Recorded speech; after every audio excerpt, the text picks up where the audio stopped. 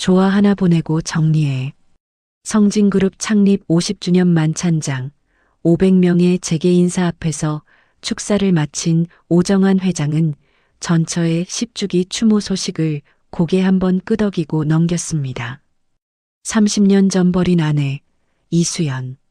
그 이름은 그의 인생에서 완전히 지워져 있었습니다.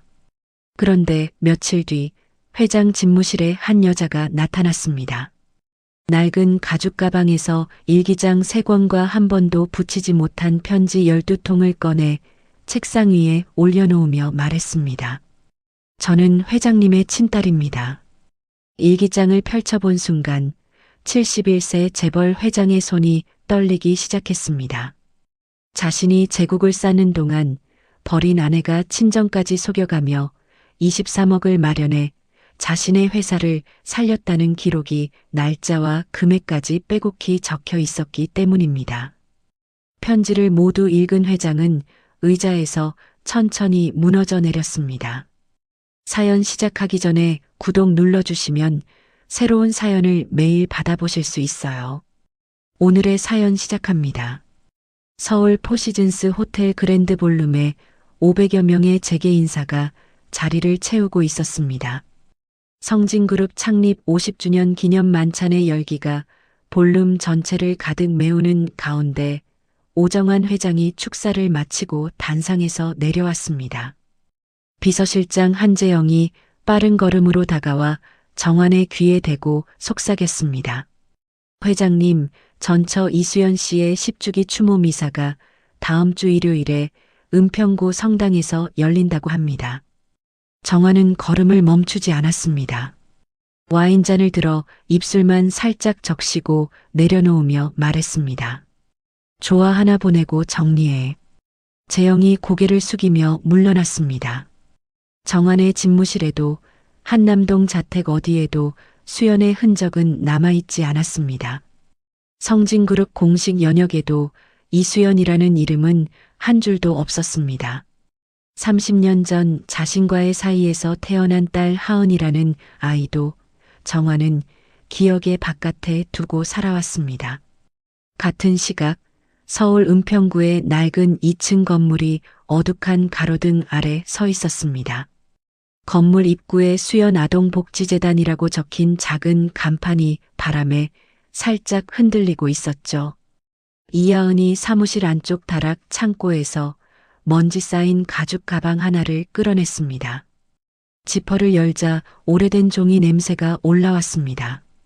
일기장 3권, 한 번도 붙이지 못한 편지 묶음 12통, 그리고 은행거래 내역서와 부동산 담보 서류가 담긴 봉투가 차곡차곡 들어 있었습니다. 하은이 일기장 첫 페이지를 펼쳤습니다. 수연의 손글씨가 또렷했습니다. 이 기록은 하은이가 30이 지난 뒤에 읽어주길. 그 전에는 무거울 테니까. 하은의 손가락이 그 글씨 위에서 멈췄습니다. 올해 32이었습니다. 그날 밤부터 사흘 동안 하은은 3권의 일기장을 놓지 못했습니다. 첫 번째 일기장은 1990년부터 95년까지의 기록이었습니다.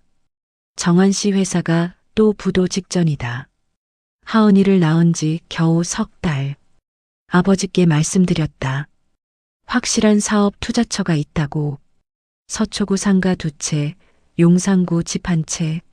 아버지 명의 부동산 3채를 담보로 잡히고 23억을 받았다. 그 돈을 전부 정환 씨 회사에 넣었다.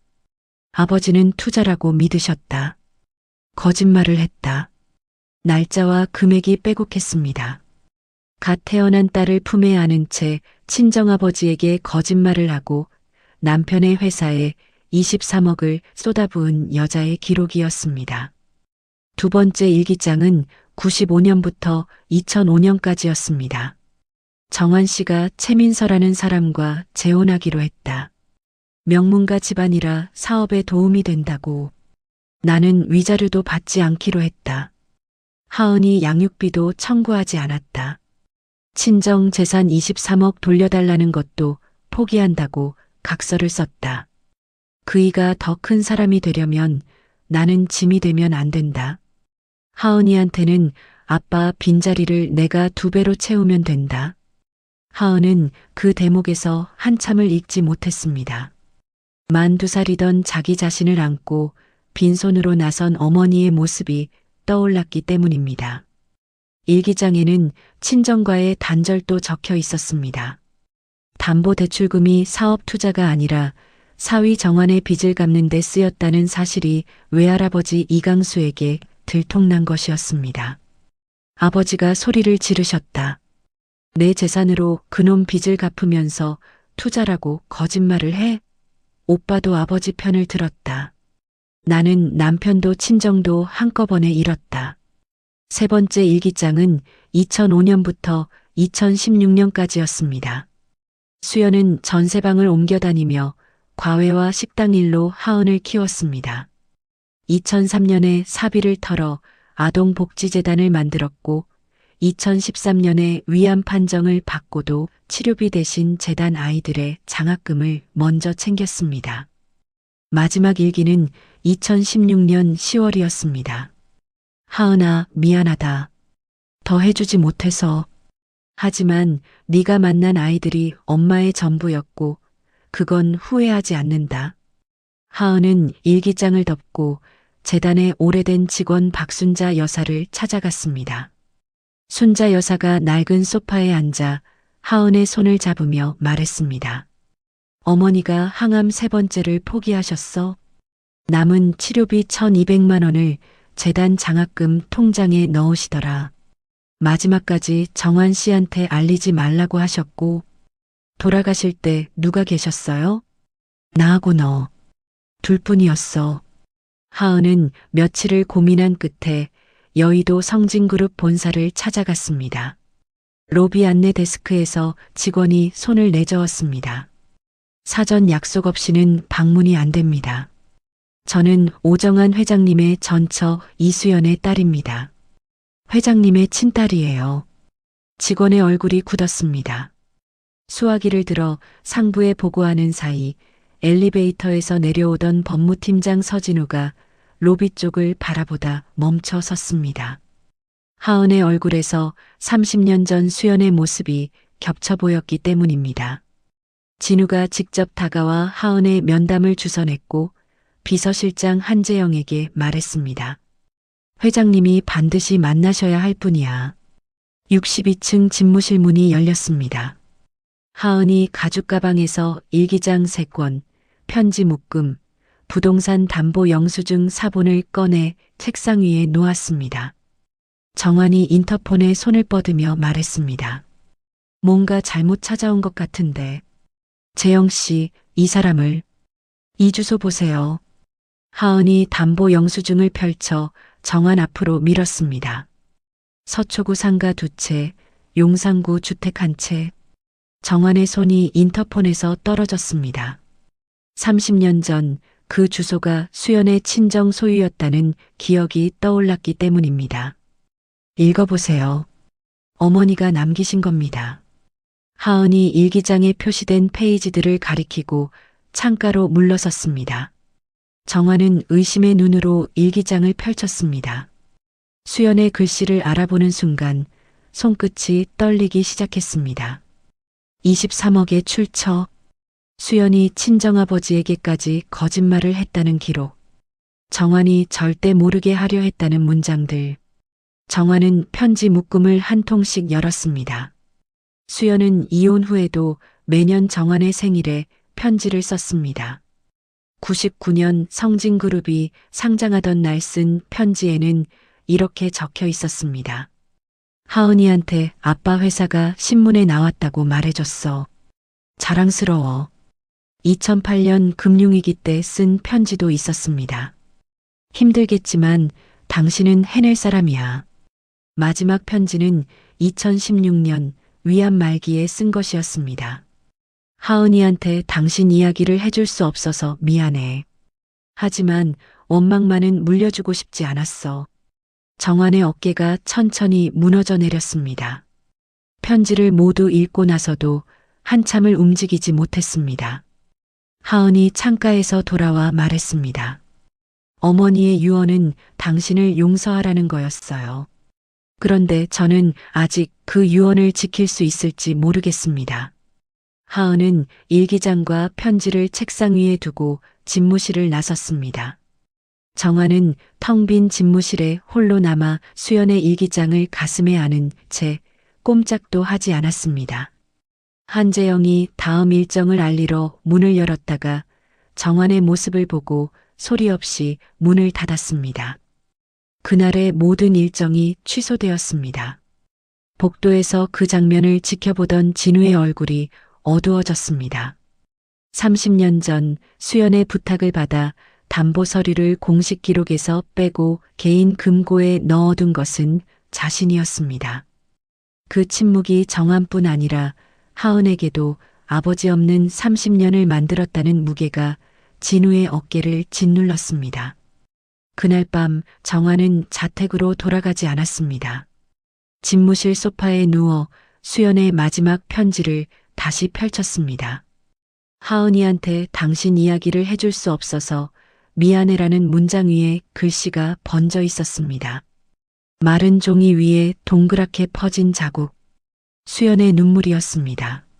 정환은 그 번진 자국 위에 손가락을 올리고 30년간 존재조차 몰랐던 친딸에게 수연이 홀로 무엇을 감장했는지를 비로소 떠올리기 시작했습니다. 다음 날 이른 아침 정환이 구겨진 셔츠 차림으로 집무실 소파에서 일어나 비서실장 한재영을 불렀습니다. 이수연에 관한 기록을 전부 찾아 혼인기간 재산 내역, 이혼 합의서 원본, 이혼 후 주소 이전 기록, 사망 신고서까지 오늘 안에 내 책상 위에 올려놔. 재영이 나가자마자 정환은 내선 전화를 들었습니다. 진우 씨, 지금 올라와. 서진우가 집무실에 들어서자 정환이 책상 앞에 서서 기다리고 있었습니다. 충혈된 눈에 넥타이도 매지 않은 모습이었죠. 94년 담보건. 네가 아는 걸 전부 말해. 진우가 잠시 눈을 감았다 떴습니다. 30년간 금고 속에 묻어둔 이야기를 꺼낼 시간이 온 것이었습니다. 96년에 이혼 서류를 제가 작성했습니다. 수연 씨가 직접 법무팀 사무실로 찾아오셨어요. 수연 씨가? 담보건은 정환 씨가 모르는 게 좋다고 하셨습니다. 알면 빚진 마음에 깨끗하게 헤어지지 못할 거라고. 서류를 공식 기록에서 빼달라고 부탁하셨어요. 정환이 책상 모서리를 움켜잡았습니다. 그래서 뺐어? 저는 그때 입사 첫해 25이었습니다. 거절할 수가 없었습니다. 서류를 법무팀 파일에서 빼고 참아 버리지 못해서 제 개인 금고에 넣었습니다. 30년 동안요. 정환의 턱이 딱딱하게 굳었습니다. 주먹으로 책상을 한번 내리치고는 창 쪽으로 돌아섰습니다. 한참 동안 말이 없었습니다. 수연 씨가 이혼 후에 어떻게 살았는지, 하은이가 어떻게 자랐는지 전부 확인해. 진우가 고개를 숙이고 집무실을 나섰습니다. 법무팀 소속 조사관 2명이 즉시 투입되었습니다. 사흘 뒤 진우가 두꺼운 파일을 들고 다시 집무실에 들어왔습니다. 담보 23억은 실제했습니다. 수연 씨가 이혼 합의 때 반환 청구권을 포기하는 각서를 따로 썼고요. 친정아버지 이강수 씨한테 사업 투자라고 말했는데 돈이 회장님 운영자금으로 간 게 들통나면서 의절당했습니다. 오빠 이도영 씨도 아버지 편에 섰고요. 정환이 파일을 넘기다가 손을 멈췄습니다. 친정아버지는 2012년에 돌아가셨습니다. 유산은 장남 이도영 씨가 상속받았고요. 정환이 파일의 다음 장을 펼쳤습니다. 하은에 관한 기록이었습니다. 하은 씨는 어머니 손에서만 자랐습니다. 아버지에 대해서는 일찍 돌아가신 분이라고만 들었다고 합니다. 뭐라고? 호적상 회장님의 친딸이지만 양육비가 단 한 번도 지급된 적이 없습니다. 하은 씨가 성인이 된 뒤 호적을 직접 열람해서 친부가 회장님이라는 걸 알게 됐는데 수연 씨가 연락하지 말라고 만류했다고 합니다. 정환이 파일을 내려놓고 두 손으로 얼굴을 감쌌습니다. 한참을 그렇게 있다가 낮은 목소리로 말했습니다. 그 애가 나를 알고도 찾아오지 않은 거야. 수연 씨가 막았으니까. 진우는 대답하지 못했습니다. 같은 시각 성진그룹 본관 2층 귀빈실에서 최민서가 개인 비서에게서 전화를 받고 있었습니다. 민서의 눈이 가늘어졌습니다. 어제 회장님 일정이 전부 취소됐고 오늘 아침부터 법무팀이 긴급 소집됐다고. 전화를 끊은 민서가 곧바로 아들 오태준에게 연락했습니다. 둘은 1시간 뒤 강남의 한 호텔 라운지에서 마주 앉았습니다. 민서가 커피잔을 내려놓으며 입을 열었습니다. 하은이라는 여자가 회장님을 찾아왔어. 이수연의 딸이야. 이수연이 누군데요? 아버지 전처. 이혼한 지 30년 됐고 10년 전에 죽었어. 태준이 고개를 갸웃했습니다. 죽은 사람 딸이 왜 갑자기 나타나요? 그게 문제야. 그 여자가 아버지 친딸이거든.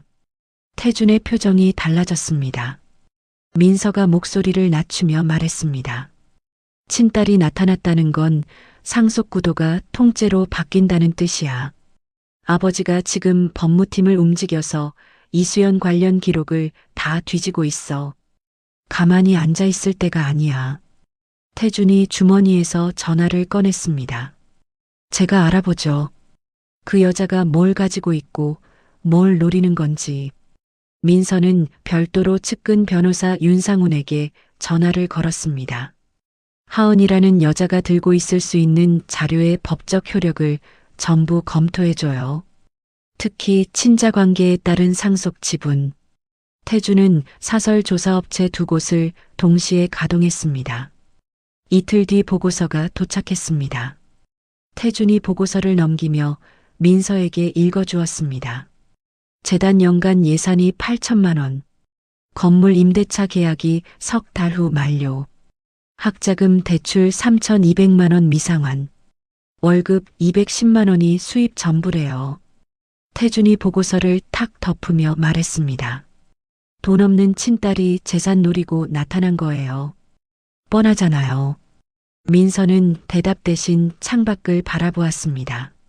민서가 경계하는 이유는 상속 문제만이 아니었습니다.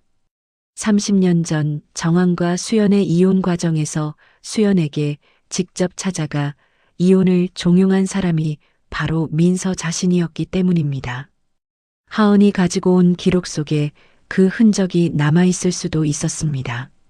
며칠 뒤 정환이 하은에게 2번째 만남을 요청했습니다. 장소는 경기도 양평의 작은 찻집이었습니다.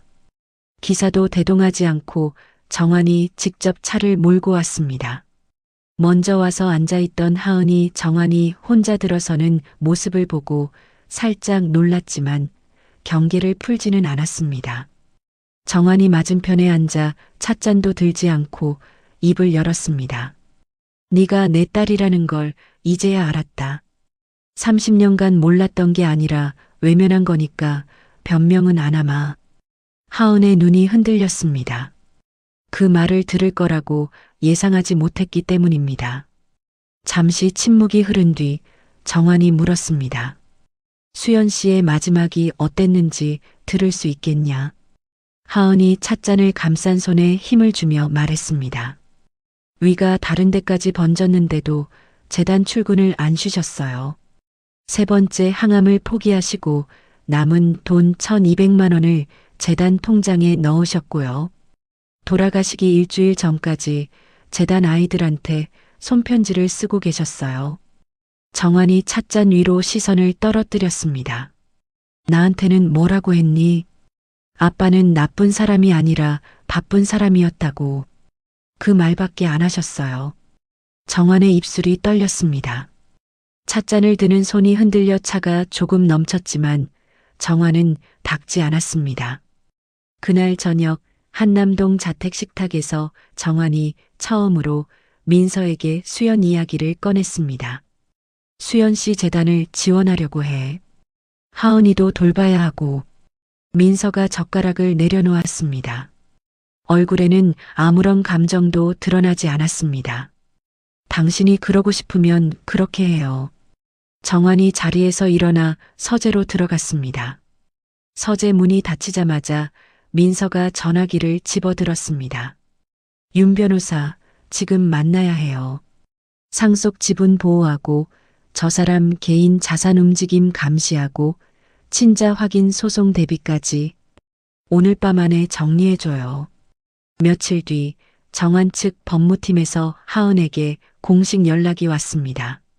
친자 확인을 위한 검사에 협조해달라는 요청이었습니다.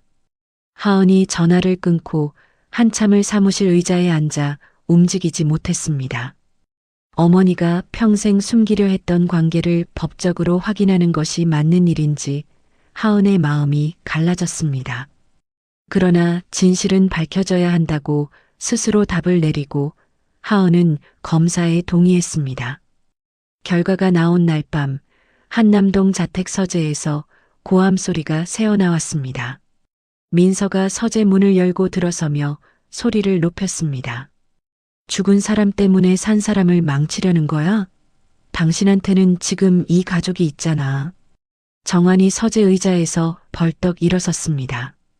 30년 전에 내가 버린 사람이 이 그룹의 진짜 기둥이었어. 그리고 그 사람이 내 딸을 혼자 키워냈어. 이 빚을 안 갚으면 나는 사람이 아니야. 민서의 얼굴이 하얗게 질렸습니다. 정환이 책상 위에 서류를 집어들었습니다. 법무팀에서 올라온 검사 결과 보고서였습니다. 친자관계 확인율 99.99%. 정환이 보고서를 오래 들여다보다가 여백에 펜을 들어 두 글자를 적었습니다. 내 딸. 서재 밖 복도에는 태준이 서 있었습니다. 열린 문틈으로 새어나온 부모의 고함 소리를 전부 들은 얼굴이었습니다. 친자 확인까지 끝났다는 사실에 태준의 표정이 차갑게 굳어졌습니다. 사흘 뒤 경제지 S일보 일면에 단독 기사가 실렸습니다. 성진그룹 오정환 회장, 30년 전 버린 친딸에게 수십억 기부. 숨겨진 딸의 정체는 하은의 실명과 재단의 재정 상태, 친자 확인 사실까지 빠짐없이 적혀 있었습니다. 기사 말미에 성진그룹 고위 관계자의 말이 인용되어 있었는데 기사의 출처가 그룹 내부라는 것은 누가 봐도 분명했습니다. 그날 아침 주식시장이 열리자마자 성진그룹 주가가 곤두박질 쳤습니다. 장중 낙폭이 6%까지 벌어졌고 증권가에서는 오 회장의 가족 문제가 그룹 전체의 위험으로 번지고 있다는 보고서가 돌기 시작했습니다. 기사가 터진 바로 그날 성진그룹 이사회에서 사회이사 3명이 연명으로 긴급 안건을 올렸습니다. 회장 건강검진 및 경영 능력 재평가라는 제목이었습니다. 태준이 열흘 넘게 사회이사들을 한 명씩 만나며 심어놓은 불신의 결과물이었죠. 그런데 바로 이때 아무도 예상하지 못한 인물이 나타났습니다. 수연의 친오빠 이도영이 30년 만에 모습을 드러낸 것이었습니다. 도영은 부동산 사업으로 성공한 중견 사업가였습니다. 30년 전 동생의 거짓말에 분노하여 아버지 편에 서서 수연과 의절했던 사람이었죠. 그런 도영이 움직인 이유는 하은이 보낸 편지 한 통이었습니다. 어머니의 10주기를 앞두고 끊어진 친정과의 화해를 시도하며 보낸 편지에 하은이 수연의 일기장 일부를 함께 동봉했던 것입니다. 일기를 읽은 도영은 동생이 친정을 배신한 것이 아니라 남편을 살리기 위해 스스로 모든 것을 잃었다는 진실을 뒤늦게 알게 되었습니다. 도영이 변호사를 대동하고 기자회견장에 섰습니다. 저는 이강수의 장남이자 유산 상속인 이도영입니다. 오정환 회장 개인을 상대로 94년 담보부동산 원금 23억 원의 반환을 청구하는 소송을 제기합니다. 기자들의 카메라 셔터 소리가 쏟아졌습니다. 도영 측 변호사 마이크 앞에 섰습니다. 수연 씨가 작성한 반환 청구권 포기 각서는 수연 씨 개인의 권리 포기일 뿐입니다. 담보 부동산의 실제 소유자였던 이강수 씨, 그리고 그 상속인의 반환 청구권까지 포기한 것은 아닙니다. 다만 도영도 알고 있었습니다. 94년의 일이니 돈을 돌려받을 수 있는 기한이 이미 지났다는 것을. 도영의 진짜 목적은 법정에서 이기는 것이 아니었습니다. 수연이 친정 재산을 바쳐 성진그룹을 살렸다는 사실을 세상이 알게 하는 것이었습니다. 도영의 기자회견은 이미 들끓던 언론에 기름을 부었습니다. 성진그룹 초기 자금 출처에 대한 의혹이 공론화되면서 주가가 이틀 만에 추가로 4% 더 떨어졌습니다. 진행 중이던 동남아 반도체 투자 협상이 상대측 요청으로 중단되었고, 금융당국이 성진그룹 초기 자금 조달 과정을 들여다보겠다는 보도까지 나왔습니다. 하은은 외삼촌의 소송 소식에 가슴이 철렁 내려앉았습니다. 편지를 보낸 것은 어머니의 10주기에 끊어진 가족의 끈을 다시 이으려는 마음이었지, 소송을 일으키려는 것이 아니었기 때문입니다. 하은이 도영의 사무실을 찾아갔습니다.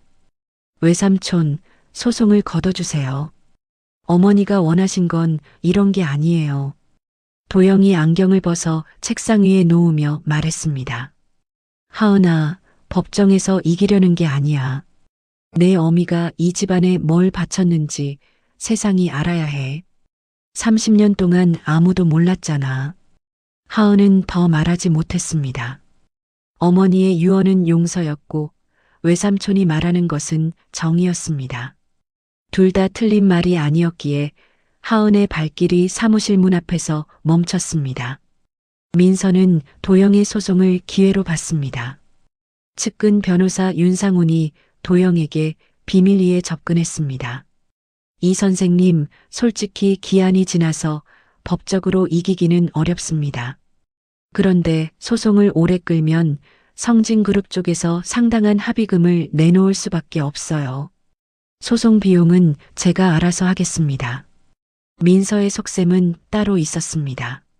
소송이 길어질수록 정환의 경영 능력에 대한 의심이 커지고 그 틈에 태준이 경영권을 가져올 수 있다는 계산이었습니다.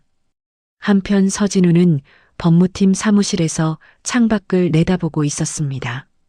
소송이 진행되면 증거조사 과정에서 과거 자신이 수연의 부탁으로 담보 서류를 공식 기록에서 뺀 사실이 드러날 수 있었습니다. 진우는 정환에게 모든 것을 고백하기로 마음먹었습니다. 집무실에서 진우가 개인 금고에 30년간 보관해온 서류 원본을 책상 위에 펼쳤습니다. 수연의 자필 메모가 먼저 눈에 들어왔습니다. 서 변호사님, 이 일은 정환 씨가 모르는 게 맞습니다. 그 옆에 담보 관련 기록 원본이 있었고 맨 아래에 서류 한 장이 더 있었습니다. 민서 측 변호사가 수연에게 보낸 것으로 보이는 서신이었습니다. 현명한 결정을 내려주셔서 감사합니다. 정환이 수연의 메모와 담보 기록을 읽으며 이를 악물었습니다. 그러다 민서 측 변호사의 서신을 집어드는 순간 정환의 눈빛이 달라졌습니다. 서신을 한참 들여다보던 정환이 천천히 입을 열었습니다. 이건 아직 확인할 게 남아있어. 당분간 비공개로 보관해. 진우가 서신을 다시 받아들며 고개를 숙였습니다.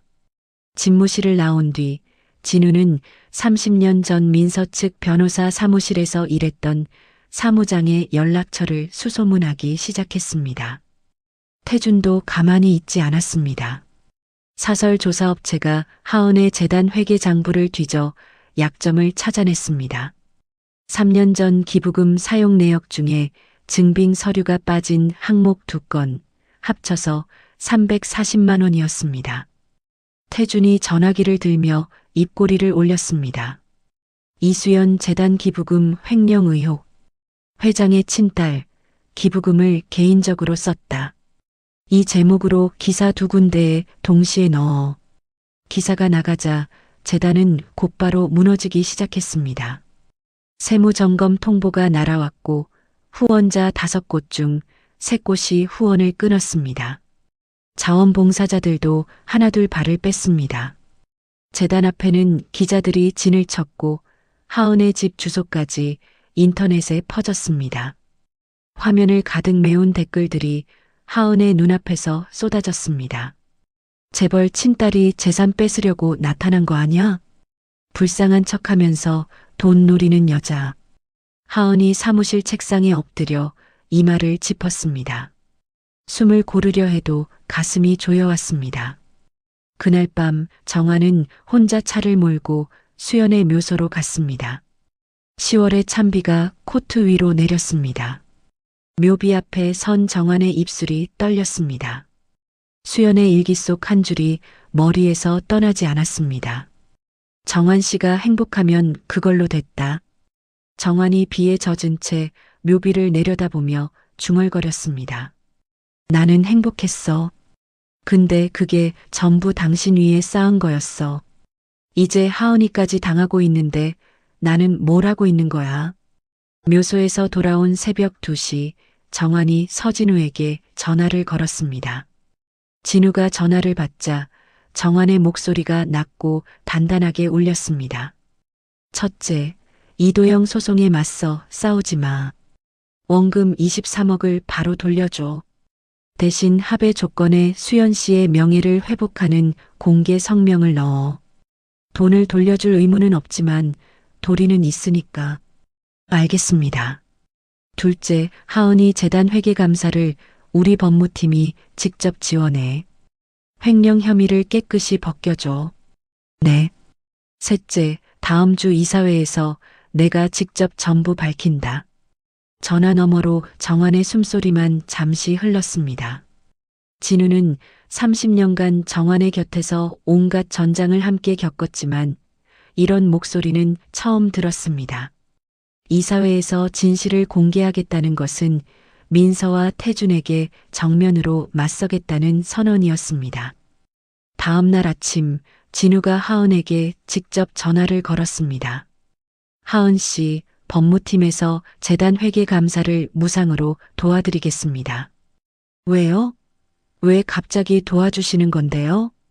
회장님 지시이기도 하지만 제가 해야 할 일이기도 합니다. 하은은 한참 망설였습니다. 성진그룹이라는 이름이 주는 경계심과 재단을 살려야 한다는 절박함이 동시에 밀려왔습니다. 재단 아이들한테 피해가 가면 안 돼요. 도와주신다면 받겠습니다. 진우가 재단 사무실에 직접 찾아와 장부와 서류를 한 장씩 넘기기 시작했습니다.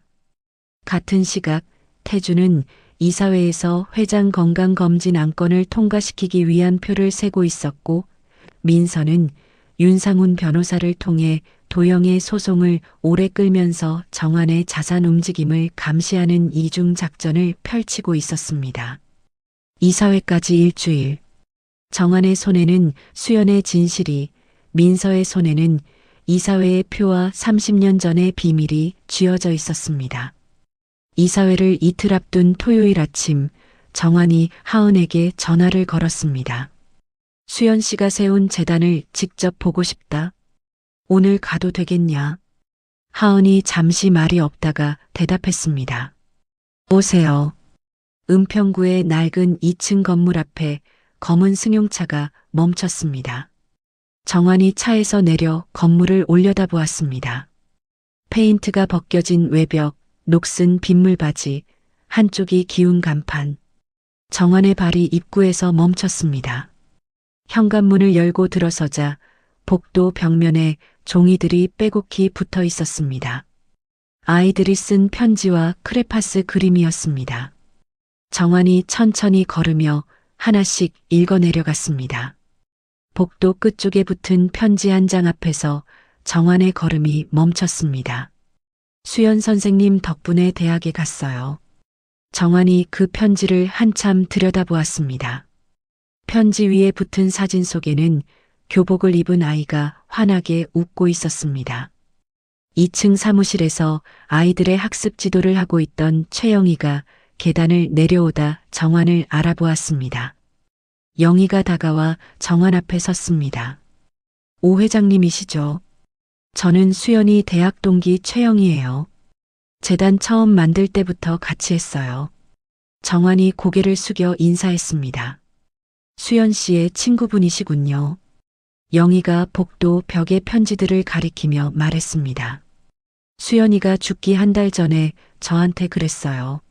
내가 틀리지 않았다는 걸 하은이가 증명해 줄 거라고. 마지막 날까지 아이들한테 세상에는 좋은 어른들이 있다고 가르쳤어요. 정환이 아무 말 없이 고개를 끄덕였습니다. 영희의 안내를 받아 1층 벽에 걸린 액자 앞에 섰습니다.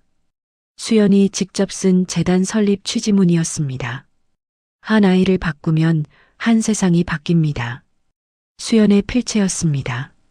정환이 액자 앞에 서서 한참을 움직이지 않았습니다. 자신이 빌딩을 올리는 동안 수연은 사람을 키우고 있었다는 것, 그리고 자신의 친딸이 어머니의 뒤를 이어 그 일을 계속하고 있다는 것을 정환은 비로소 눈으로 확인한 것이었습니다. 재단을 한 바퀴 돌고 나온 정환이 건물 앞 벤치에서 하은과 나란히 앉았습니다. 재단을 성진그룹 차원에서 제대로 지원하겠다. 하은이 고개를 돌려 정환을 바라보았습니다. 회장님의 속죄를 위해서 어머니 재단이 쓰이는 건 싫어요. 속죄가 아니야. 30년 동안 아버지로서 아무것도 하지 못한 걸 이제 시작하겠다는 거다. 모든 결정은 네가 해라. 하은이 시선을 앞으로 돌렸습니다. 한참을 생각하다가 입을 열었습니다. 조건이 두 가지 있어요. 어머니 이름과 재단의 독립성을 건드리지 마세요. 그리고 성진그룹 로고나 이름을 재단에 넣지 마세요. 알았다. 월요일 아침 정환이 수연의 일기장과 친자 확인 결과 보고서를 서류 가방에 넣고 사옥에 도착했습니다. 32층 이사회실 문이 열렸습니다. 정환은 자리에 앉지 않았습니다. 서서 발언을 시작했습니다. 94년 이 그룹이 부도 직전에 몰렸을 때 저를 살린 돈이 있었습니다. 23억이었습니다. 그 돈의 출처를 저는 30년간 몰랐습니다. 이사회실이 조용해졌습니다. 당시 제 아내였던 이수연이 친정아버지를 설득해서 가문 부동산 세 채를 담보로 잡히고 마련한 돈이었습니다.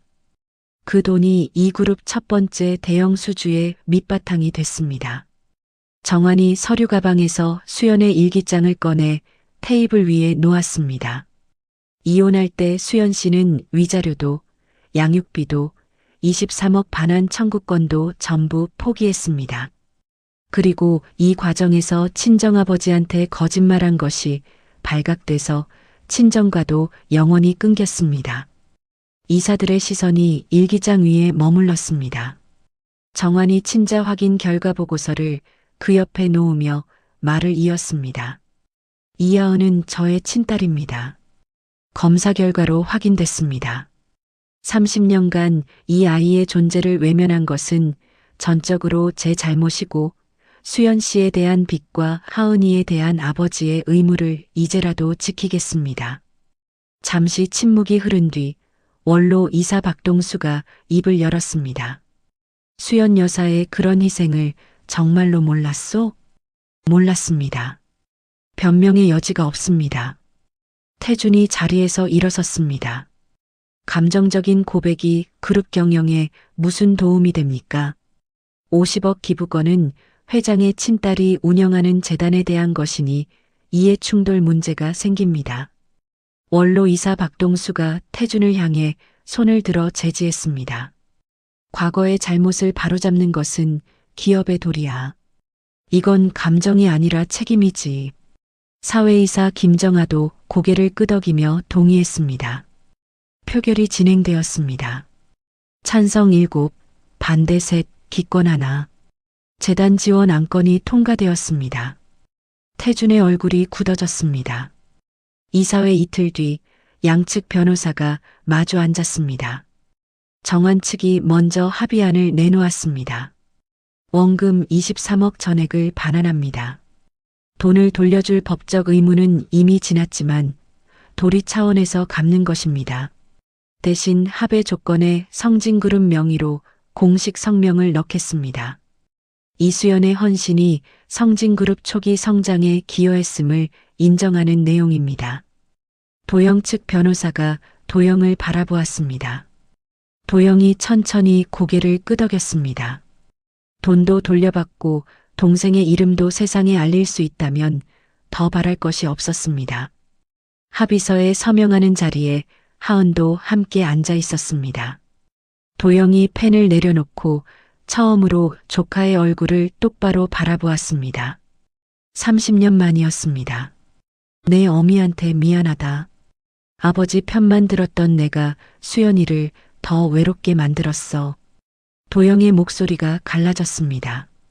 하은이 외삼촌의 손을 잡았습니다. 아무 말도 하지 않았지만 30년간 끊어졌던 끈이 다시 이어지고 있었습니다. 같은 시기에 진우가 이끈 재단 회계 감사도 마무리되었습니다. 태준이 문제 삼았던 증빙 미비 2건은 소액 지출의 영수증을 잃어버린 것이었습니다. 340만 원은 전부 아이들 현장학습 교통비와 겨울 점퍼를 사는 데 쓰인 것이 통장 기록과 현장 사진으로 확인되었습니다. 감사 결과가 언론에 공개되면서 횡령 의혹은 깨끗이 사라졌습니다. 언론의 논조가 뒤집어졌습니다. 재벌에게 버림받은 전처가 세운 재단, 13년간 427명의 아이를 키우다. 특집 기사가 주요 매체에 실렸고 재단에 대한 개인 후원 문의가 쏟아지기 시작했습니다. 태준이 심어놓은 재산놀이는 사기꾼이라는 프레임은 흔적도 없이 무너졌습니다. 태준은 서재에서 뉴스 화면을 끄며 이를 갈았습니다. 이사회에서 졌고 여론도 뒤집혔습니다. 그러나 태준이 진짜 두려운 것은 따로 있었습니다. 지난 2년간 성진 캐피탈을 통해 만든 비밀 자금 30억이 해외 부동산에 묶여 있었고 정환이 내부 감사를 강화하면 그 돈의 흐름이 고스란히 드러날 수 있었습니다. 태준이 민서에게 전화를 걸었습니다. 어머니, 더 강하게 가야 해요. 정환과 하은은 재단을 새로 단장하는 작업에 들어갔습니다. 건물 설계도를 함께 펼치고 장학생 선발 기준을 의논했습니다. 수연이 13년간 남긴 아이들의 기록을 정리하다가 정환이 일기장 사이에 끼워진 낡은 사진 한 장을 꺼냈습니다. 하은의 초등학교 졸업 사진이었습니다. 그 뒤에는 대학 입학 통지서 사본도 있었습니다. 수연이 아이들의 기록 사이사이에 자기 딸의 성장 기록을 함께 끼워 넣어둔 것이었습니다. 정환이 졸업사진을 들고 한참을 말을 잇지 못했습니다. 어느 일요일 오후 정환과 하은이 나란히 수연의 묘소 앞에 섰습니다. 정환이 묘비 앞에 무릎을 꿇고 합의서와 재단 재건 계획서를 내려놓았습니다. 하은이 정환의 팔을 가볍게 잡았습니다. 처음이었습니다. 정환의 눈에서 눈물이 흘렀지만 이번에는 후회만이 아니었습니다. 작은 위안 같은 것이 섞여 있었습니다. 묘소를 나서며 정환이 걸음을 멈추고 하은을 바라보았습니다. 앞으로 쉽지 않을 거다. 민서와 태준이 가만히 있지 않을 테고 나도 나이가 이러니 언제까지 싸울 수 있을지 모르겠다. 하은이 정환의 눈을 마주보며 대답했습니다. 어머니는 혼자서 30년을 버티셨어요. 저는 적어도 혼자가 아니잖아요. 그날 저녁 정환의 서재 책상 위에 법무팀 보고서가 놓여 있었습니다. 진우가 수소문하던 인물의 소재가 파악되었다는 내용이었습니다. 윤정희 63. 30년 전 민서 측 변호사 사무실에서 사무장으로 일했던 사람이었습니다. 민서가 수연을 만나 이혼을 종용하는 자리에 직접 동석했던 유일한 증인이었습니다. 정환이 보고서를 읽고 천천히 눈을 감았습니다. 겨울이 지나고 4월이 왔습니다. 서울 강남구 코엑스 컨퍼런스홀에 200여 명의 재계 인사와 시민단체 대표들이 자리를 채웠습니다. 이수연 아동복지재단 공식 출범식이었습니다. 무대 정면 스크린에 수연의 글씨가 크게 떠올랐습니다. 한 아이를 바꾸면 한 세상이 바뀝니다. 객석 앞쪽 세 줄에는 수연의 재단에서 장학금을 받고 자란 청년 50여 명이 앉아 있었습니다. 정환이 단상에 올라 준비한 원고를 펼쳤다가 내려놓았습니다. 이 재단은 제 결단이 아닙니다. 이수연이라는 한 사람이 평생에 걸쳐 쌓아 올린 삶 그 자체입니다. 정환이 양복 안주머니에서 접힌 종이를 꺼냈습니다. 수연의 일기장에서 옮겨 적은 문장이었습니다. 하은이한테 아빠 회사가 신문에 나왔다고 말해줬다. 자랑스럽다. 이건 수연 씨가 99년에 쓴 일기입니다. 이 그룹이 상장하던 날 수연 씨는 혼자서 이렇게 적고 있었습니다. 객석이 조용해졌습니다. 이하은은 저의 친딸입니다. 피는 나눴지만 아버지 노릇은 한 번도 하지 못했습니다. 이 아이의 존재를 30년간 외면한 아버지가 이 아이의 어머니가 남긴 유산을 지키는 일에 남은 생을 걸겠습니다. 장학생 출신 청년 대표 3명이 차례로 무대에 올랐습니다. 첫 번째로 올라온 김도연이 마이크 앞에 서서 떨리는 목소리로 말했습니다. 초등학교 5학년 때 부모님이 이혼하시고 할머니하고 둘이 살았어요.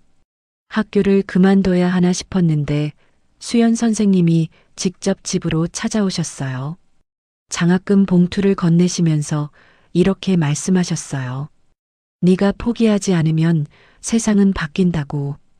도연이 잠시 말을 멈추고 숨을 고른 뒤 이었습니다.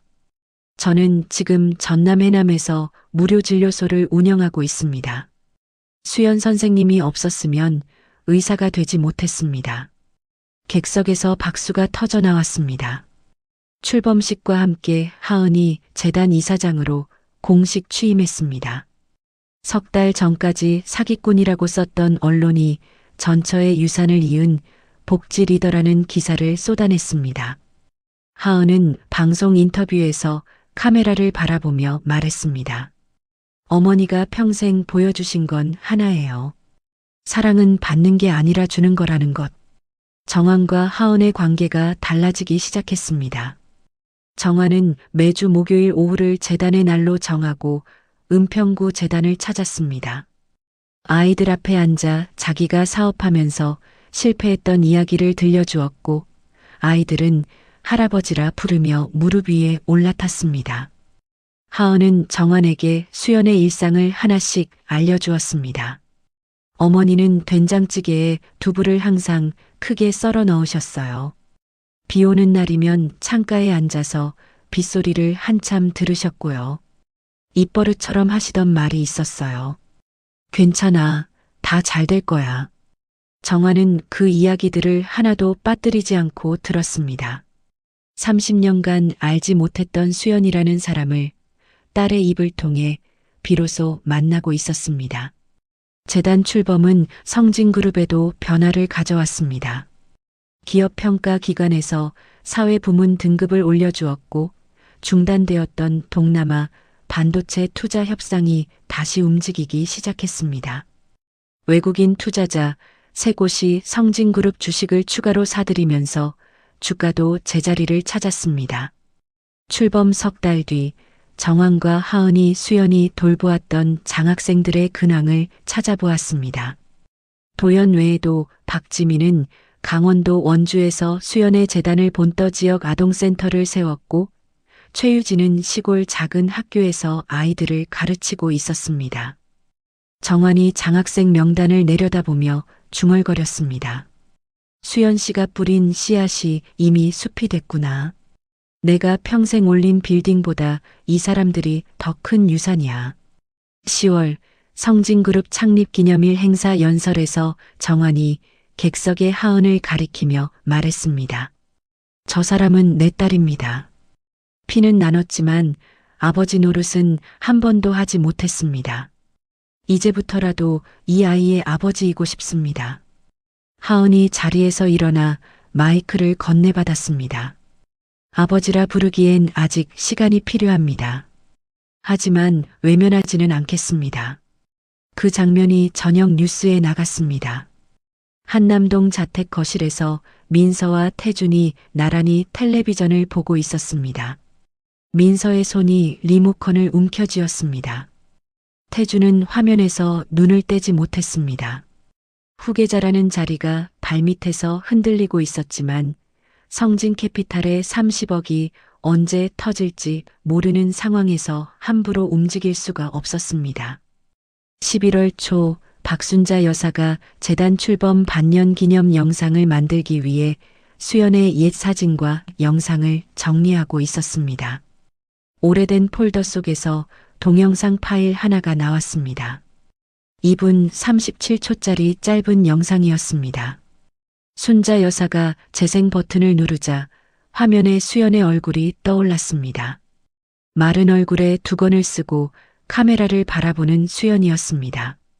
병상에서 하은의 휴대전화로 촬영한 것이었죠. 수연이 순자 여사에게 내가 떠난 뒤 하은이가 힘들어할 때 보여줘라고 부탁해둔 영상이었습니다. 하은은 이 영상이 있다는 것을 지금까지 모르고 있었습니다. 재단 출범 반년 기념 행사장 600석이 가득 찬 객석 앞에서 스크린에 수연의 얼굴이 나타났습니다. 행사장이 순식간에 조용해졌습니다. 하은아. 수연의 목소리가 스피커를 통해 울렸습니다. 엄마가 남긴 건 돈이 아니라 사람이야. 네가 만날 모든 아이들이 엄마의 유산이야. 그리고 엄마가 선택한 삶을 후회하지 마. 엄마는 행복했어. 영상이 끝나고 긴 침묵이 흘렀습니다. 누군가의 박수가 시작되자 행사장 전체가 따라 박수를 쳤습니다. 하은이 무대 위에서 눈물을 흘리면서도 미소를 지었습니다. 객석에 앉아있던 정환이 스크린을 올려다보고 있었습니다. 살아있을 때 한 번도 제대로 바라보지 못했던 수연의 얼굴을 10년 만에 움직이는 영상으로 마주한 것이었습니다. 정환이 단상에 올라 하은의 손을 잡았습니다. 이 재단은 내 속죄가 아닙니다. 이수연이라는 사람이 세상에 존재했다는 증거입니다. 이 증거는 하은이를 통해 더 많은 아이들에게 전해질 겁니다. 기념 행사가 끝난 뒤 재단의 개인 후원자 1000명과 기업 후원자 15곳이 새로 등록했습니다. 재단 예산이 출범 전 8천만 원에서 12억 원으로 늘었습니다. 그날 밤 정환은 재단 근처의 작은 한식당에서 하은, 진우, 순자 여사, 영희와 함께 저녁을 먹었습니다. 하은이 된장찌개를 시켰습니다. 뚝배기가 보글보글 끓으며 올라왔습니다. 정환이 국물을 한 숟갈 떠서 입에 넣고 중얼거렸습니다. 이 맛이었구나. 어머니가 항상 이 집에서 드셨어요. 정환이 숟가락을 내려놓고 뚝배기를 들여다보았습니다. 수연의 일상 속에 자신이 비로소 들어간 것 같은 감각이었습니다. 식당을 나와 하은과 헤어진 뒤 정환이 뒷좌석에 앉아 안전벨트를 맸습니다. 차가 강변북로에 올라선 직후 정환의 얼굴이 일그러졌습니다. 왼쪽 가슴을 움켜잡으며 등받이에 몸을 기댔습니다. 회장님, 기사가 백미러로 정환의 모습을 보고 즉시 핸들을 꺾었습니다. 가장 가까운 서울대학교병원 응급실로 차가 달렸습니다. 응급실에 도착한 정환에게 의료진이 달려들었습니다. 급성 심근경색이었습니다. 곧바로 수술실로 옮겨졌고 막힌 혈관에 그물망을 넣는 시술이 시작되었습니다. 새벽 3시 중환자실에서 정환이 눈을 떴습니다. 흐릿한 시야에 사람의 윤곽이 보였습니다. 하은이었습니다. 연락을 받고 1시간 만에 달려와 혼자 앉아 있었습니다. 비서실에서 민서와 태준에게도 전화했지만 민서는 내일 아침에 가겠다고 했고 태준은 전화를 받지 않았습니다. 진우가 복도에서 서성이고 있었습니다. 정환이 떨리는 손을 들어 올렸습니다. 하은이 그 손을 잡으며 말했습니다. 괜찮아요. 다 잘 될 거예요. 수연이 평생 입버릇처럼 했던 바로 그 말이었습니다. 정환이 딸의 목소리에서 죽은 아내의 말을 듣고 천천히 눈을 감았습니다. 다음 날 아침 주치의 최영수 교수가 하은과 진우를 복도로 불렀습니다. 시술은 잘 됐지만 심장이 많이 약해져 있습니다. 최소석 딸은 절대 안정이 필요하고 스트레스를 받으시면 다시 쓰러질 수 있습니다. 하은이 복도 의자에 주저앉았습니다. 한참을 움직이지 못했습니다. 정환의 입원 소식이 아침 8시에 성진그룹 전 임직원에게 전해졌습니다.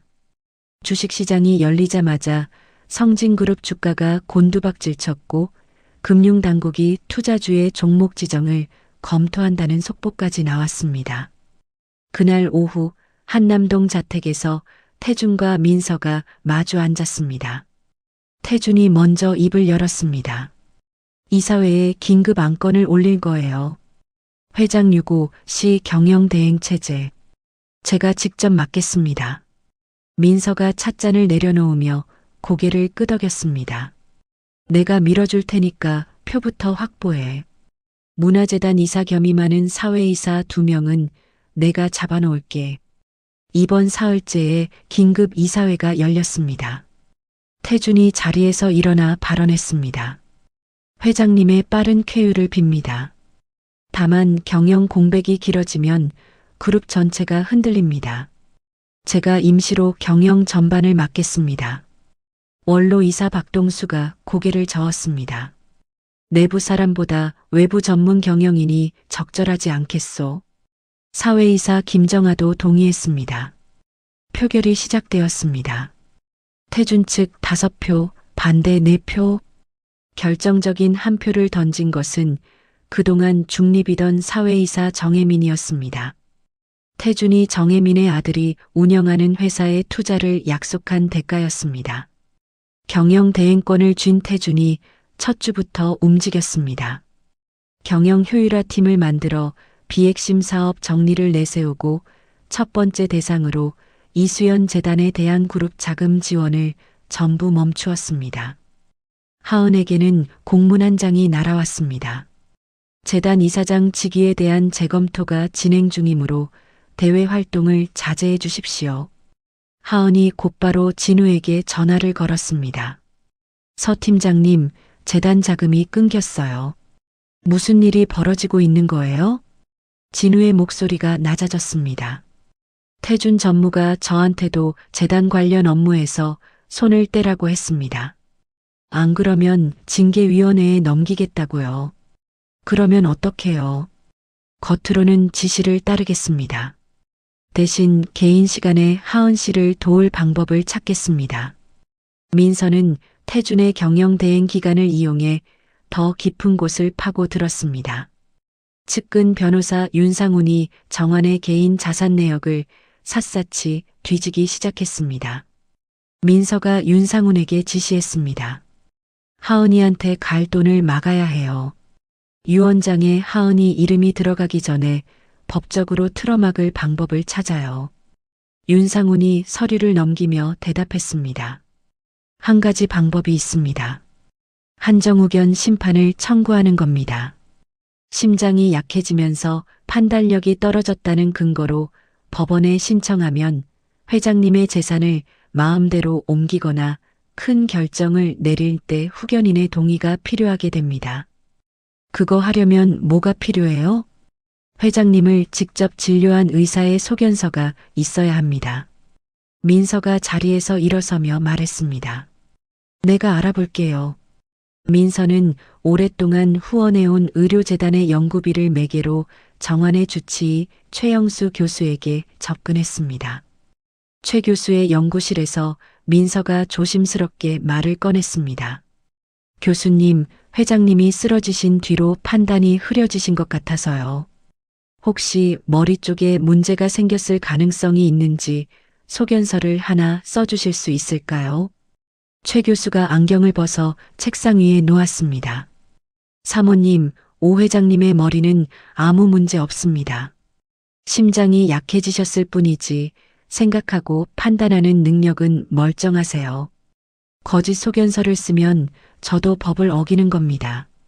민서의 입술이 굳어졌습니다. 최 교수가 덧붙였습니다. 사모님이 이런 부탁을 하셨다는 것은 환자 보호 차원에서 병원에 알리지 않겠습니다. 하지만 다시는 이런 요청은 하지 마십시오. 최 교수의 거절에도 민서는 멈추지 않았습니다. 서울의 다른 병원 전문의를 통해 나이든 심장병 환자에게 나타날 수 있는 판단력 저하 가능성에 대한 일반적인 소견서를 하나 받아내어 법원에 한정의견 청구서를 냈습니다. 그러나 법원 담당자가 서류를 검토하더니 고개를 저었습니다. 본인을 직접 진료한 의사의 소견서가 아니어서 이대로는 안 됩니다. 보안해서 열나흘 안에 다시 내셔야 합니다. 민서는 동시에 정환의 개인 변호사 이태호에게도 압력을 넣었습니다. 윤상훈이 이태호에게 전화를 걸었습니다. 이 변호사님, 오 회장님 자산을 하은이한테 옮기는 일에 도움을 주셨다면 변호사 협회에 문제를 제기할 수도 있습니다. 이태호가 전화기를 귀에서 떼며 한숨을 내쉬었습니다. 의뢰인의 비밀을 지키는 건 변호사의 기본 의무요. 그 협박은 통하지 않소? 전화를 끄는 이태호는 곧바로 정환 측에 민서의 압박 시도를 보고했습니다. 병실에서 하은이 매일 오후 정환을 찾아왔습니다. 재단 자금이 끊긴 사실과 태준의 행보를 전하자 정환이 침대에서 상체를 일으키며 목소리를 높였습니다. 당장 이사회에 항의서를 보내야. 최영수 교수가 병실 문을 열고 들어왔습니다. 회장님, 지금 흥분하시면 심장에 다시 무리가 갑니다. 일은 절대 안 됩니다. 하은이 정환의 손을 잡으며 말했습니다. 건강만 생각하세요. 재단은 제가 지킬게요.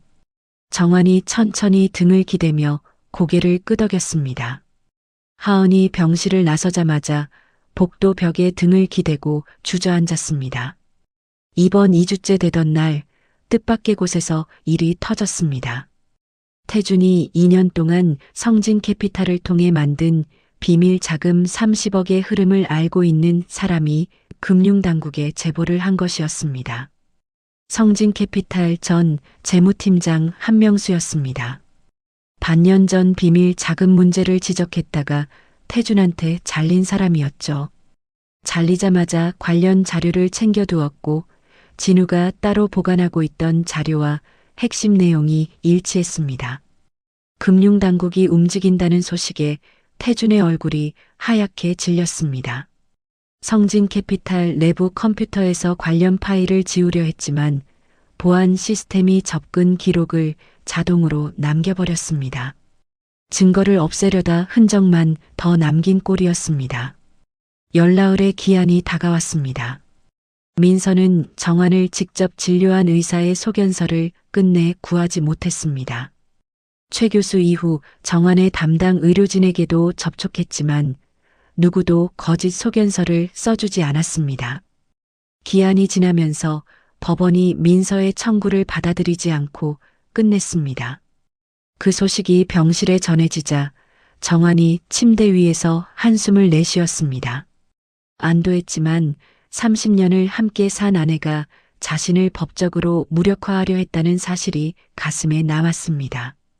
정환이 진우에게 전화를 걸었습니다. 민서 측 전 사무장 윤정이 어디까지 찾았어? 인천에 살고 계십니다. 만나겠다는 의사를 밝혔습니다. 정환이 전화를 끊고 천장을 올려다보았습니다. 한편 하은은 재단 사무실에서 영희, 순자 여사와 함께 통장 잔고를 들여다보고 있었습니다. 출범 이후 모은 후원금으로 석 달은 버틸 수 있었지만 다음 분기 장학금 지급일까지 추가 돈이 없으면 현재 지원하고 있는 아이 87명의 장학금이 끊기는 상황이었습니다. 하은이 통장을 덮으며 말했습니다. 내 예금 전부 넣을게요. 2,400만 원이에요. 영희가 고개를 저었습니다. 하은아, 그건 내 전 재산이잖아. 아이들 장학금이 끊기는 것보다 낫죠. 순자 여사가 눈시울을 붉히며 말했습니다. 나도 퇴직금에서 좀 보탤게. 영애 씨도 보태겠다고 했고, 셋이 돈을 합쳐도 부족분을 메우기엔 턱없이 모자랐습니다. 하은이 수연의 사진이 걸린 벽을 올려다보았습니다. 이번 3주째 병실에서 수연의 일기장을 다시 읽던 정환이 한 페이지에서 멈췄습니다. 수연이 위암 판정을 받은 직후인 2013년 9월에 쓴 일기였습니다. 두렵지 않다. 하은이가 있으니까. 그 아이는 나보다 강하다. 나는 이 세상에 하은이라는 사람 하나를 남기는 것만으로도 충분하다. 정환이 일기장을 가슴에 안고 눈을 감았습니다. 하은에게 모든 것을 맡길 수 있다는 확신과 자신이 살아서 이 싸움을 끝내야 한다는 의지가 동시에 솟았습니다. 정환이 비서실장 한재영을 병실로 불렀습니다. 세 가지야. 첫째, 이태호 변호사한테 유 원장 안전한지 확인하라고 해. 둘째, 원로이사 박동수한테 비밀 편지를 보내. 태준이 경영대행 체제에 문제를 제기할 준비를 해달라고. 셋째, 진우한테 전해. 태준이 비밀 자금 관련 자료를 이사회에 낼 수 있도록 정리하라고. 재영이 병실을 나서다 복도에서 하은과 마주쳤습니다. 재영이 하은에게 고개를 살짝 숙이며 말했습니다. 회장님이 다시 싸울 준비를 하고 계십니다. 하은의 눈에 걱정과 안도가 동시에 스쳤습니다. 이번 넉 주째 법원의 기한이 지나면서 민서의 법적 공격이 막혔다는 사실이 확정되었습니다. 그날 저녁 하은이 재단 사무실에 불을 끄기 전에 수연의 사진 앞에 서서 중얼거렸습니다. 어머니, 아직 괜찮아요. 다 잘 될 거예요. 수연이 평생 했던 말이었고, 하은이 정환의 병실에서 했던 말이었고, 이제 하은이 자기 자신에게 하는 말이었습니다. 재단 창밖으로 첫눈이 내리기 시작했습니다. 이번 한 달째 되던 날 정환이 주치 최영수 교수 앞에서 퇴원 동의서에 직접 이름을 썼습니다. 회장님, 심장이 아직 완전히 회복되지 않았습니다. 알아. 그래도 나가야 해. 최 교수가 한숨을 내쉬며 조건을 달았습니다. 매일 심장 검사를 하시고 일주일에 2번은 반드시 진료받으러 오셔야 합니다. 퇴원한 정환은 한남동 자택으로 돌아가지 않았습니다. 서울 시내 호텔 스위트룸에 짐을 풀었습니다. 민서와 같은 지붕 아래서 싸움을 준비할 수는 없었습니다.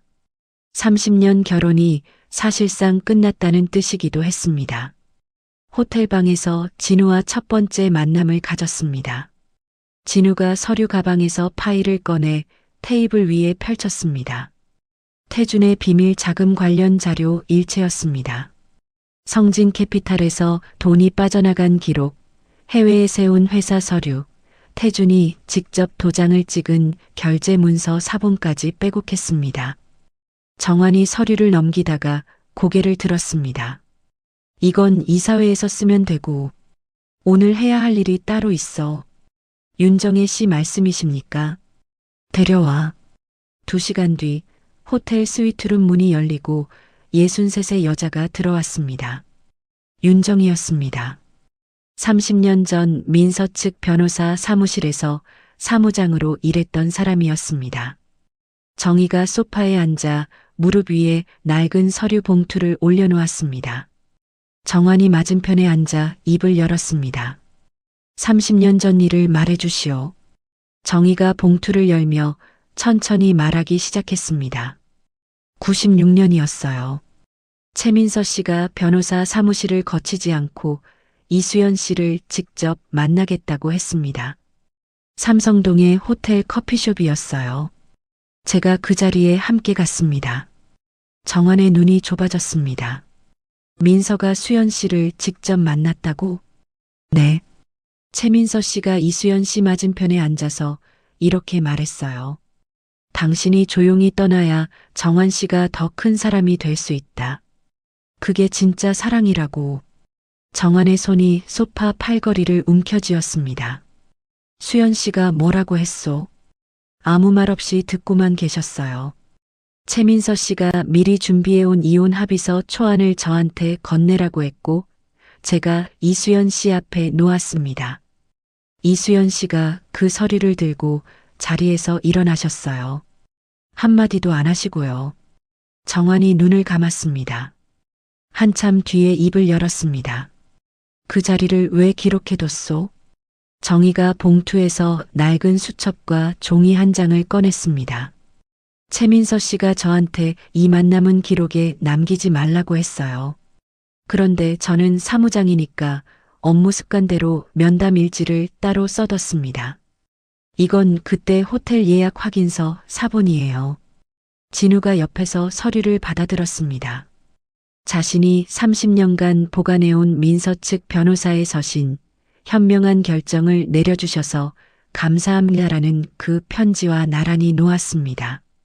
면담 일지의 날짜, 호텔 예약 확인서의 장소, 그리고 서신의 내용이 하나로 맞물렸습니다. 민서가 수연에게 이혼을 종용했다는 증거가 완성된 것이었습니다. 정환이 세 장의 서류를 오래 들여다보다가 입을 열었습니다. 민서 거는 나중에 처리한다. 먼저 태준이부터 정리해. 진우가 고개를 숙였습니다. 이틀 뒤 비서실장 한재영을 통해 임시 긴급 이사회 소집이 공식 요청되었습니다. 정환 본인이 직접 참석하겠다는 통보가 함께 갔습니다. 태준이 즉시 반발했습니다. 회장님 건강히 이사회에 참석할 수 있는 상태인지 의료 소견이 필요합니다. 정환이 서울대, 삼성, 세브란스 세 곳 병원에서 받은 소견서 3장을 이사회 사무국에 제출했습니다. 머리는 멀쩡하고 짧은 시간 업무를 볼 수 있다는 내용이었습니다. 태준의 지연 작전은 막혔습니다. 이사회 당일 오전 10시 32층 이사회실 문이 열렸습니다. 정환이 지팡이를 짚고 천천히 들어왔습니다. 한 달간의 입원으로 볼이 푹 꺼져 있었지만 눈빛은 살아 있었습니다. 태준의 경영대행 체제를 지금 즉시 해제한다. 정환이 지팡이를 테이블에 기대고 서류 가방에서 감사보고서를 꺼냈습니다. 오태준 전무가 성진캐피탈을 통해 30억 원의 비밀 자금을 만들었습니다. 홍콩에 세운 유령 회사로 돈을 보내고 싱가포르에 집을 사고 일부는 태준이 개인 통장으로 되돌렸습니다. 보고서에는 태준이 직접 도장을 찍은 결제 문서 8건, 홍콩 회사 설립 서류에 태준이 대표로 올라간 기록, 금융당국에 접수된 한명수 전 재무팀장의 제보 내용이 들어 있었습니다. 태준이 자리에서 벌떡 일어섰습니다.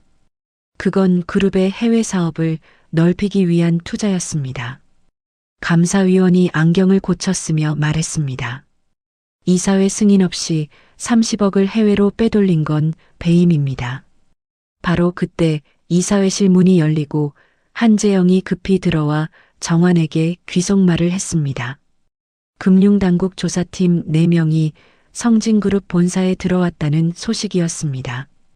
이사회는 만장일치로 태준을 전무직에서 즉시 해임했습니다.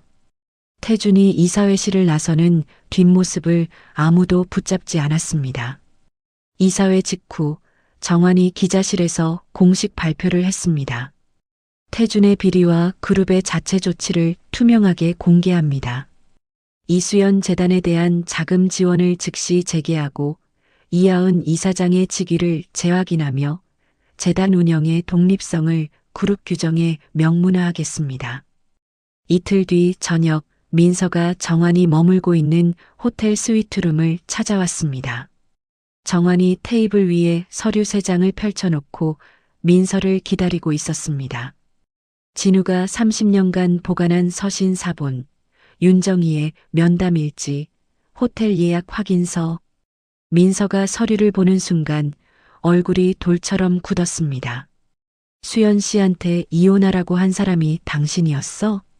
민서의 입술이 떨렸습니다. 한참 동안 아무 말도 하지 못하다가 고개를 떨어뜨렸습니다. 그래요. 내가 먼저 만났어요. 당신이 떠나야 정환 씨가 더 큰 사람이 된다고 했어요. 수연 씨가 그런 사람이니까. 그런 말을 하면 스스로 물러날 사람이니까. 정환의 주먹이 테이블 위에서 하얗게 변했습니다. 수연 씨는 당신한테 속은 게 아니야. 정말로 그렇게 믿었기 때문에 떠난 거야. 그게 더 잔인한 거라는 걸 알아? 민서가 아무 대답도 하지 못했습니다. 정환이 자리에서 일어서며 말했습니다. 이혼하자. 이혼 절차가 시작되었습니다. 민서는 법이 정한 재산 분할 몫을 받는 대신 성진그룹 경영과 이수연 재단에 대한 모든 관여를 포기하는 합의서에 서명했습니다. 30년 전 수연이 아무것도 갖지 않고 조용히 떠났던 것처럼 민서도 조용히 떠났습니다. 다만 수연에게는 숭고함이 있었고 민서에게는 아무것도 없었습니다. 태주는 해임, 금융당국 조사, 어머니의 이혼이라는 세 가지가 한꺼번에 쏟아지면서 무너졌습니다. 해임된 지 열흘째 되던 새벽 태준이 전화기를 집어들었습니다. 번호를 누른 상대는 하은이었습니다.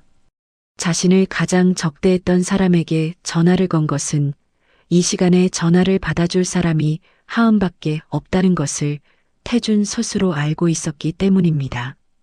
여보세요? 하은이 전화를 받자 태준의 숨소리만 들렸습니다. 하은의 얼굴이 굳어졌습니다. 태준이 보낸 위치 공유를 확인한 하은이 잠옷 위에 외투를 걸치고 뛰쳐나갔습니다. 마포대교였습니다. 다리 중간쯤에서 난간에 기대선 태준의 뒷모습이 보였습니다. 하은이 달려가 태준의 팔을 잡았습니다. 내려와요. 태준이 하은의 손을 뿌리쳤습니다. 네가 안 나타났으면 이렇게 안 됐어. 내가 아니어도 진실은 언젠가 드러났을 거예요. 지금 여기서 끝내면 진짜로 돌이킬 수 없는 일이 돼요. 태준이 난간을 잡은 손에서 힘이 풀렸습니다. 하은이 태준의 팔을 잡아 끌어 난간에서 떼어냈습니다. 택시 안에서 태준이 창밖을 보며 말했습니다. 나는 그냥 아버지한테 인정받고 싶었어. 아들이 되고 싶었는데 방법을 몰랐어. 하은이 태준을 바라보며 대답했습니다. 방법은 지금부터 찾으면 돼요. 다음 날 태준은 스스로 검찰에 출석하여 30억의 비밀 자금을 전부 시인했습니다. 해외 통장과 부동산 목록을 직접 내놓고 수사에 협조했습니다. 성진그룹이 처벌을 원하지 않는다는 뜻을 밝혔고 태준이 돈을 전액 돌려보낸 점이 참작되어 법원은 감옥에 가는 대신 3년간 집행유예를 선고했습니다. 태준은 그룹에서 완전히 물러난 뒤 이수연 재단에 찾아가 봉사활동을 신청했습니다. 재단 건물의 페인트 칠과 화장실 수리부터 시작했습니다. 이혼이 끝나고 모든 분쟁이 마무리된 어느 이른 봄날, 정환은 하은, 진우, 태준과 함께 수연의 묘소를 찾았습니다. 묘비에 새로운 글자가 새겨져 있었습니다. 이수연, 한 사람의 사랑이 천 사람을 살렸다. 정환이 하은을 바라보며 말했습니다. 이제 네가 이 이름을 이어가 다오. 하은이 고개를 끄덕였습니다. 태준도 조용히 묘비 앞에 고개를 숙였습니다. 묘소 위로 봄바람이 벚꽃잎을 흩날렸습니다. 진우가 한 발짝 뒤에 서서 묘비의 수연이라는 이름을 바라보았습니다. 30년간 짊어진 침묵의 무게가 비로소 내려놓아지는 것을 느꼈습니다. 묘소를 다녀온 뒤 1년이 흘렀습니다. 이수연 아동복지재단은 서울 은평구 본원 외에 부산, 대전, 광주, 강릉, 제주의 5곳의 분소를 열었습니다. 재단의 도움을 받는 아이가 2,000명을 넘겼고 예산은 35억 원 규모로 커졌습니다. 하은은 이사장으로서 전국 분소를 직접 돌아다녔습니다. 수연이 만들어 놓은 원칙을 분소마다 전했습니다. 모든 아이의 이름을 기억하세요. 숫자가 아니라 사람으로 대하세요. 어머니가 은평구 재단에서 했던 그대로였습니다. 정화는 심장이 계속 나빠지면서 성진그룹 회장직에서 내려왔습니다. 퇴임식 단상에서 정환이 마이크를 잡았습니다. 이 그룹을 세운 건 나의 욕심이었습니다. 그런데 그 욕심이 서 있는 땅을 깔아준 사람은 이수연이었습니다. 그 사실을 세상에 알리는데 30년이 걸렸습니다. 퇴임 후 정환은 재단 본원 사무실 한쪽에 작은 책상을 하나 놓았습니다. 매일 오전 10시에 재단에 나왔습니다. 아이들에게 책을 읽어주고 중학생들에게는 쉬운 경제 이야기를 들려주었습니다. 장학금을 받는 아이들과 앉아서 앞으로 뭘 하고 싶은지 이야기를 나누었습니다. 재단 직원들이 정환을 부르는 호칭이 바뀌었습니다. 회장님이 아니라 할아버지였습니다. 정환은 평생 처음으로 직함이 아닌 이름 없는 호칭으로 불렸습니다. 수연이 이곳에서 수연 선생님으로 불리며 살았던 날들이 비로소 이해되는 것 같았습니다. 태준도 달라졌습니다. 처음에는 재단 건물의 벽을 칠하고 화장실 배관을 고치는 일만 했습니다. 석 달이 지나자 태준이 하은을 찾아왔습니다. 아이들한테 컴퓨터를 가르쳐 보고 싶은데 괜찮겠어요? 하은이 고개를 끄덕였습니다. 태준은 자기 돈으로 노트북 20대를 사서 교육실을 만들었습니다. 매주 토요일마다 직접 강사로 나서서 아이들에게 컴퓨터 쓰는 법을 알려주었습니다. 아이들이 태준 선생님이라고 부르기 시작했을 때 태준의 얼굴에 전에는 한 번도 본 적 없는 표정이 떠올랐습니다. 재단 운영회의에서 하은과 태준이 아이들의 교육 방향을 놓고 진지하게 이야기를 나누는 모습을 정환이 바라보고 있었습니다. 옆에 앉은 진우에게 정환이 낮은 목소리로 말했습니다. 수연 씨가 결국 이 가족을 하나로 만들었어. 살아서는 못했지만 떠나고 나서 해냈어. 이도영도 하은과 자주 만났습니다. 만날 때마다 수연의 어린 시절 이야기를 들려주었습니다. 수연이가 초등학교 때 동네 길고양이를 10마리나 데려와서 아버지한테 혼이 났어. 중학교 때는 형편이 어려운 친구 교복비를 반 아이들한테 모아줬고 도영이 커피잔을 내려놓으며 웃었습니다. 정환 씨를 처음 만났을 때 나한테 그러더라. 오빠, 이 사람은 크게 될 사람이야. 눈을 반짝이면서 하은이 미소를 지었습니다. 어머니의 어린 시절을 듣는 것은 처음이었습니다. 도영은 매달 재단에 후원금을 보내고 명예 고문직을 맡았습니다. 수연의 친정 쪽에서도 재단을 지지하는 사람이 생긴 것이었습니다. 재단 출범 2주년 기념 행사가 코엑스에서 열렸습니다. 장학생 출신 의사 김도연이 무대에 올라 마이크를 잡았습니다. 초등학교 5학년 때 수연 선생님이 우리 집 문을 두드리셨어요. 장학금 봉투를 건네시면서 이렇게 말씀하셨습니다. 네가 포기하지 않으면 세상은 바뀐다고. 그 한마디가 없었으면 저는 의사가 되지 못했습니다. 제가 해남진료소에서 매일 만나는 환자들이 수연 선생님에 대한 저의 감사입니다. 도연이 무대에서 내려오자 스크린에 영상이 이어졌습니다. 전국 각지에서 보내온 장학생 출신 청년들의 얼굴이 화면에 떠올랐습니다. 강원도에서 아동센터를 운영하는 박지민, 시골 학교 교사가 된 최유진, 장애아동센터를 세운 이하나, 간호사가 된 정미래.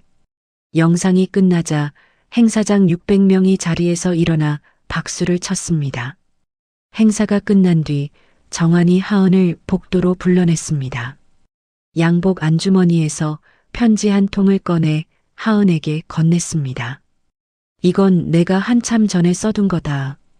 하은이 봉투를 열고 읽기 시작했습니다. 하은에게 너는 수연 씨가 이 세상에 남긴 가장 아름다운 유산이다. 그리고 나의 딸이다. 나는 아버지가 될 자격이 없었지만 아버지의 마음만은 진짜라는 것을 알아주면 좋겠다. 하은의 눈에서 눈물이 흘러내렸습니다. 한참을 울고 나서 하은이 고개를 들었습니다. 아버지. 하은의 입에서 그 말이 나온 것은 처음이었습니다. 정환의 눈가가 젖었습니다. 30년의 세월이 한꺼번에 밀려왔지만 그 속에 처음으로 용서 같은 것이 섞여 있었습니다. 두 사람은 오래도록 말없이 서 있었습니다. 그해 가을 서진우가 성진그룹 법무팀장에서 퇴직하고 이수연 재단의 법률 고문으로 자리를 옮겼습니다. 전국 분소의 설립 절차를 정비하고 재단이 정환의 도움 없이도 스스로 운영될 수 있는 구조를 만들었습니다. 재단 사무실 벽에 수연의 사진이 걸리고 그 아래에 수연이 일기에 남긴 문장이 액자로 새겨졌습니다. 세상에는 좋은 어른들이 있다. 영희는 부산 분소를, 순자 여사는 강릉 분소를 맡았습니다. 수연이 아이들을 돌보던 방식을 그대로 이어갔습니다. 매일 아침 아이들의 이름을 한 명씩 불러주는 것, 생일에 손편지를 쓰는 것, 졸업하는 아이에게 네가 받은 것을 나중에 다른 누군가에게 돌려줘라고 말하는 것. 수연의 방식이 서울 밖으로 퍼져나가고 있었습니다. 12월 첫눈이 내리던 날 정환의 몸이 급격히 나빠졌습니다. 주치의가 하은을 불러 조심스럽게 말했습니다. 최선을 다하고 있지만 몇 달이 한계입니다. 정환은 더 이상 병원에 가지 않겠다고 했습니다. 남은 시간을 재단에서 아이들하고 보내고 싶다. 하은이 주치의와 의논하여 재단 본원 옆 빈 사무실을 가니 병실로 꾸몄습니다. 간호사와 의료 장비를 들여놓았습니다. 정환은 벽 너머로 들려오는 아이들의 웃음소리와 발소리를 들으며 하루를 보냈습니다. 아이들은 매일 문 앞에 카드를 놓아두었습니다. 할아버지 아프지 마세요. 정환은 개인 변호사 이태호를 불러 유언장을 마무리했습니다. 개인 재산의 60%를 이수연 재단에 20%를 태준이 다시 시작할 수 있도록 나머지 20%를 공익장학기금에 넣도록 적었습니다. 유언장 맨 끝에 정환이 직접 한 줄을 덧붙였습니다. 이 유산은 이수연이 30년 전에 나에게 투자한 23억에 대한 이자이며 평생 갚아도 부족한 빚의 일부다. 이혼이 끝난 민서에 대한 추가 배분은 없다고 못 박았습니다. 마지막 밤이었습니다. 정환이 하은의 손을 잡고 옆에 놓인 수연의 일기장을 가리켰습니다. 이 일기를 재단에 보관해라. 여기 오는 아이들이 읽을 수 있게 해주고. 하은이 고개를 끄덕였습니다. 정환이 하은의 손을 꼭 쥐며 말했습니다. 수연 씨한테 전해다오. 미안하다고. 고맙다고. 이제야 그 사람이 원했던 사람이 된 것 같다고. 하은의 눈물이 정환의 손등 위로 떨어졌습니다. 어머니는 이미 알고 계실 거예요. 정환이 희미하게 웃었습니다. 재단 아이들이 불을 끄고 조용해진 건물 안에서 정환은 하은의 손을 잡은 채 눈을 감았습니다. 하은이 조용히 문을 열고 나왔습니다. 복도에서 기다리던 진우에게 고개를 천천히 저었습니다. 진우가 벽에 등을 기대고 한참을 서 있었습니다. 30년이었습니다. 이듬해 봄 재단 본원 입구에 새 동판이 걸렸습니다. 이수연, 오정환 아동복지재단. 사랑은 잃고 나서야 비로소 보이지만 그 빛은 사라지지 않는다. 제막식의 이도영, 태준, 진우, 영희, 순자 여사, 그리고 전국에서 모인 장학생 출신 청년 100여 명이 모였습니다. 하은이 동판 앞에 서서 말했습니다. 이 재단은 어머니가 시작하고 아버지가 되살렸고 이제 우리 모두가 이어갑니다. 제막식이 끝난 뒤로도 하은은 매일 아침 재단 문을 열었습니다. 안쪽 벽에 사진 2장이 나란히 걸려 있었습니다. 수연의 사진은 재단을 세우던 2003년의 환한 얼굴이었고 정환의 사진은 아이들에게 책을 읽어주던 마지막 해의 온화한 얼굴이었습니다. 마당에서 아이들의 웃음소리가 들려왔습니다. 사무실 책상 위에는 수연의 일기장 3권이 투명한 케이스 안에 놓여 있었고 그 옆에 정환이 하은에게 쓴 편지가 함께 있었습니다. 수연이 뿌린 씨앗은 하은을 통해 도연과 지민과 유진을 통해 그리고 매일 아침 이 문을 여는 2,000명의 아이들을 통해 계속 자라고 있었습니다. 수연은 평생 단 한 번도 자신이 한 일을 말하지 않았습니다. 친정 재산을 바쳐 남편의 회사를 살리고도 그 사실을 남편에게 알리지 않았습니다. 이혼당하면서 한 푼도 받지 않고 떠났고 죽는 날까지 딸에게 아빠 욕을 하지 않았습니다. 전세방을 전전하면서도 남의 아이들을 돌봤고 항암 치료비를 아이들 장학금으로 넣었습니다. 누구에게도 불쌍하다는 말을 듣고 싶어 하지 않았던 사람이었습니다. 정환은 30년이 지나서야 그 사실을 알았습니다. 자신이 쌓아 올린 모든 것의 첫 번째 벽돌이 수연의 희생 위에 놓여 있었다는 것을 알았을 때는 이미 수연은 이 세상에 없었습니다. 사과할 수도 갚을 수도 다시 잡을 수도 없었습니다. 남은 것은 수연이 남긴 일기장과 편지, 그리고 수연을 닮은 딸 하은뿐이었습니다. 사랑은 받는 사람보다 주는 사람이 더 외롭습니다. 수연은 평생 그 외로움을 혼자 감당했고 그 자리에 원망 대신 아이들의 웃음소리를 채웠습니다. 어쩌면 진짜 유산이란 돈이나 건물이 아니라 한 사람이 세상을 대하는 방식 그 자체가 아닐까 싶습니다. 이야기를 끝까지 들어주신 분이 계시다면 잘 들었다고 댓글 하나만 남겨주세요. 감사합니다.